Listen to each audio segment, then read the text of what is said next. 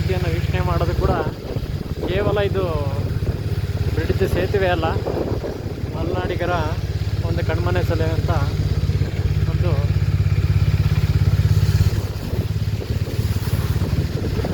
ಪ್ರವಾಸಿ ತಾಣ ಅಂತಲೇ ಹೇಳ್ಬೋದು.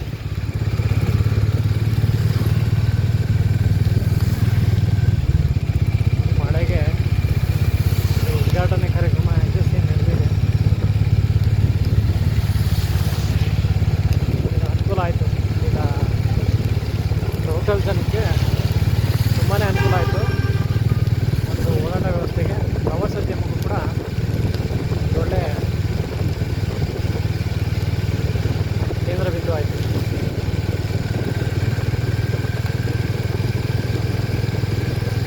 ಓಕೆ ಫ್ರೆಂಡ್ಸ್, ಬದುಕಿನ ಪಯಣದಲ್ಲಿ ನಿಮ್ಮ ಜೊತೆ ಈ ವಿಡಿಯೋ ಹಂಚ್ಕೊಳ್ಳೋಕ್ಕೆ ಖುಷಿಯಾಗ್ತಿದೆ. ಓಕೆ, ಒಂದು ಅರ್ಧ ಮೈಲ್ ಇರ್ಬೋದು, 2.5 ಕಿಲೋಮೀಟರ್ ಈ ಸೇತುವೆ ತುಂಬ ಅದ್ಭುತವಾಗಿದೆ.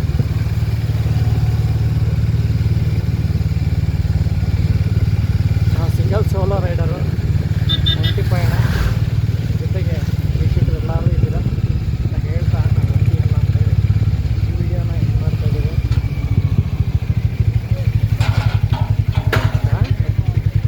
ಲಿಫ್ಟ್ ಕೊಡಬೇಕು.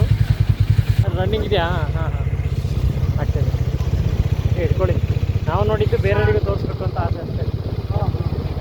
ನೆಕ್ಸ್ಟ್ ಬಂದಾಗ ಬರೋಕ್ಕಿಂತ ಮುಂಚೆ ಈ ಥರ ಇದೆ ವಾತಾವರಣ ಅಂತ ನೋಡ್ಕೊಂಡು ಇಷ್ಟಪಟ್ಟು ಬರೋರು ಇರ್ಬೇಕಂತ. ಅದೇ ಮುಗಿತು ಸರ್ ಡ್ಯೂಟಿಗೆ? ಏನು ಸರ್? ಹಾಂ ಮುಗೀತು ಸರ್. ನಿಮ್ಮ ಪ್ರಾಪರ್ ಸರ್? ಶಿವಮೊಗ್ಗನಾ?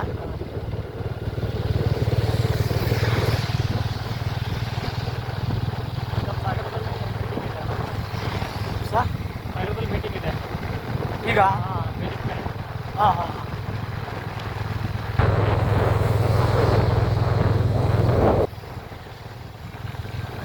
ಚೆನ್ನಾಗಿದೆ ಸರ್. ಇನ್ಸ್ಟಾದಲ್ಲಿ ಯೂಟ್ಯೂಬ್ ಸ್ಟಾರ್ಟ್ ಇದೆ.